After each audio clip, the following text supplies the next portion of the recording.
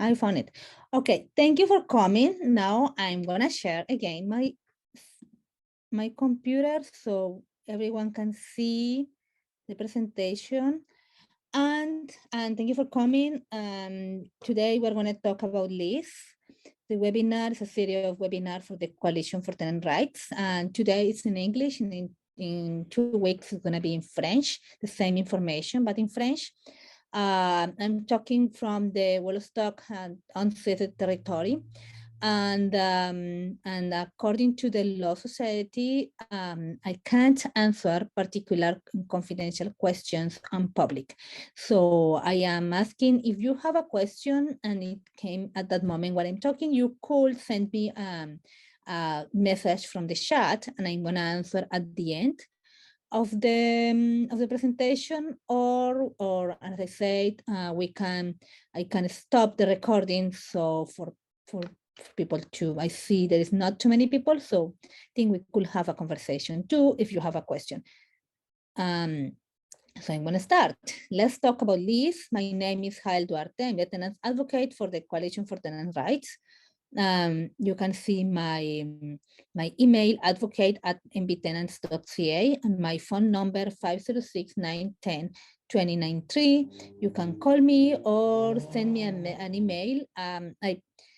Well, sometimes I'm busy on the phone or doing, so I can't answer right away, but an email I'm gonna answer. But still, well, there is this line too.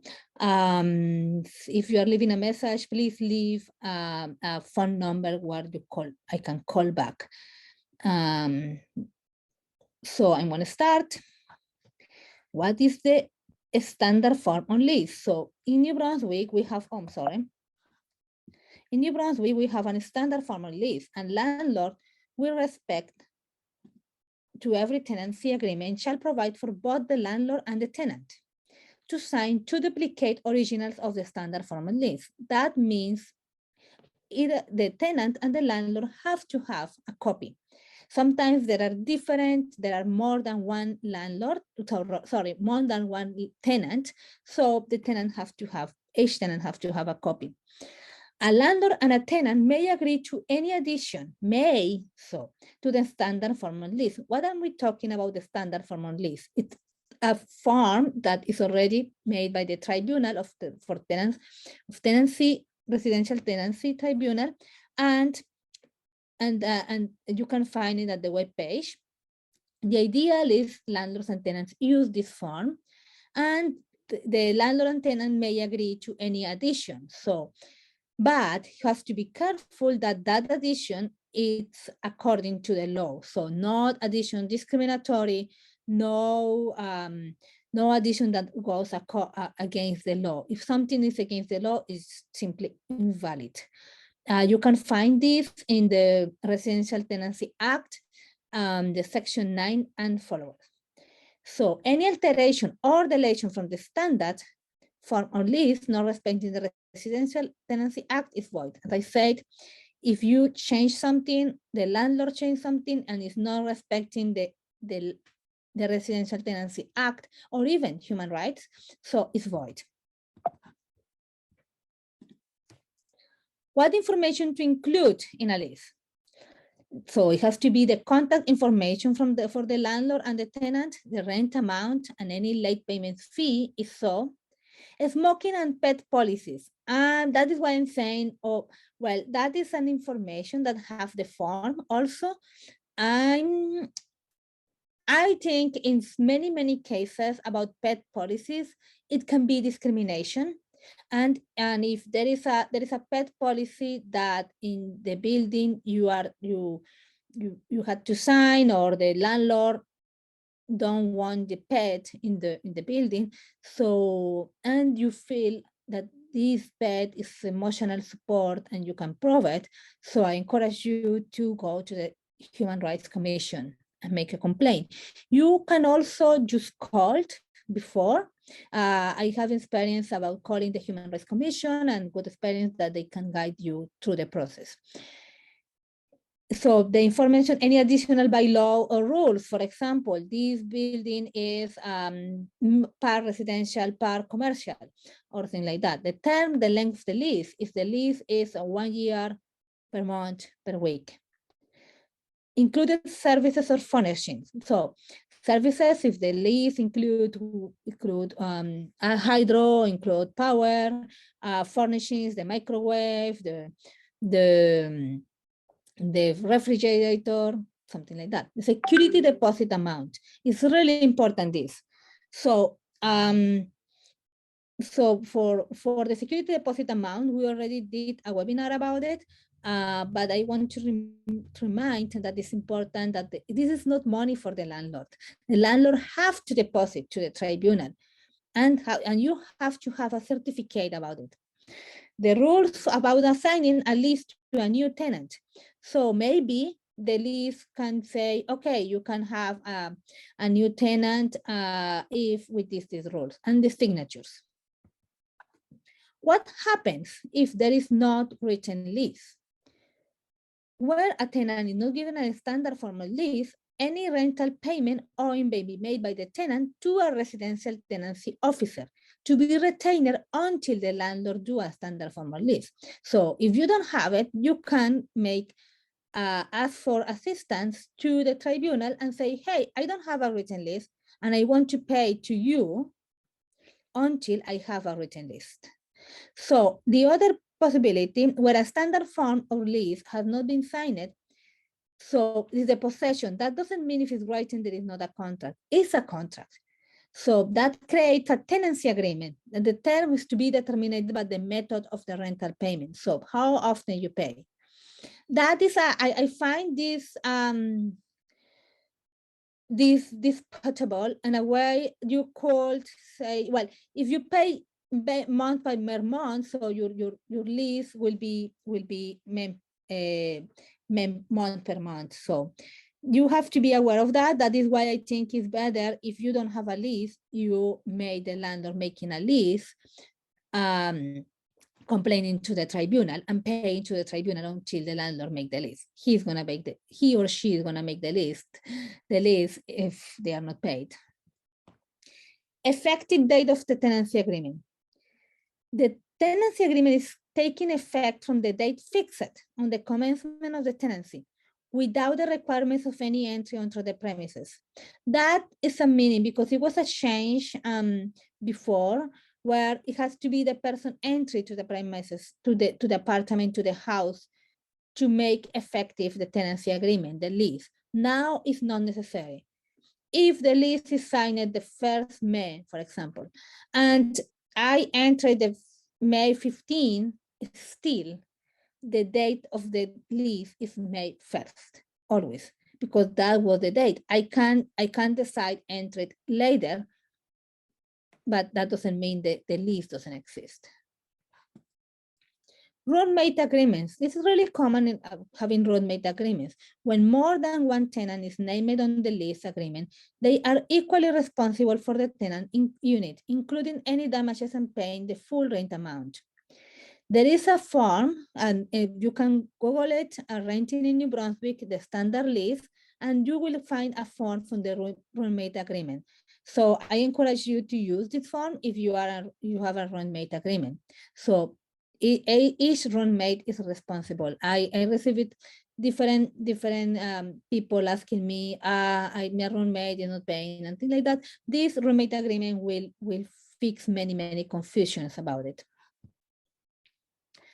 Changing a lease. So you are, and we're hearing about it. For example, the landlord is saying that is converting that mostly because the rent cap now for this year, the landlord is saying, oh, now you have to pay hydro. Now you have to pay power. That is a change of the lease.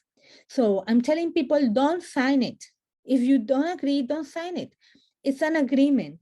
An agreement is something that you have to be free, not by force, not by manipulation.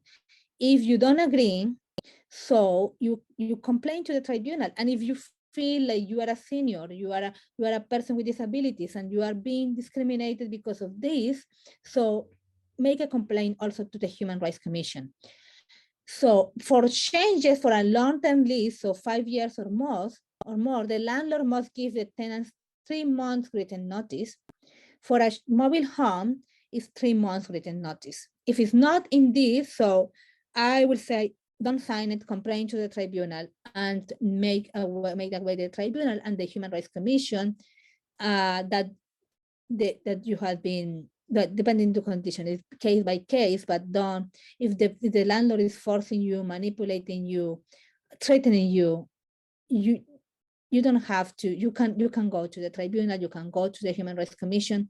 If there is a child at the house, you can go to the child advocate and ask for help there, because this situation is gonna affect the child.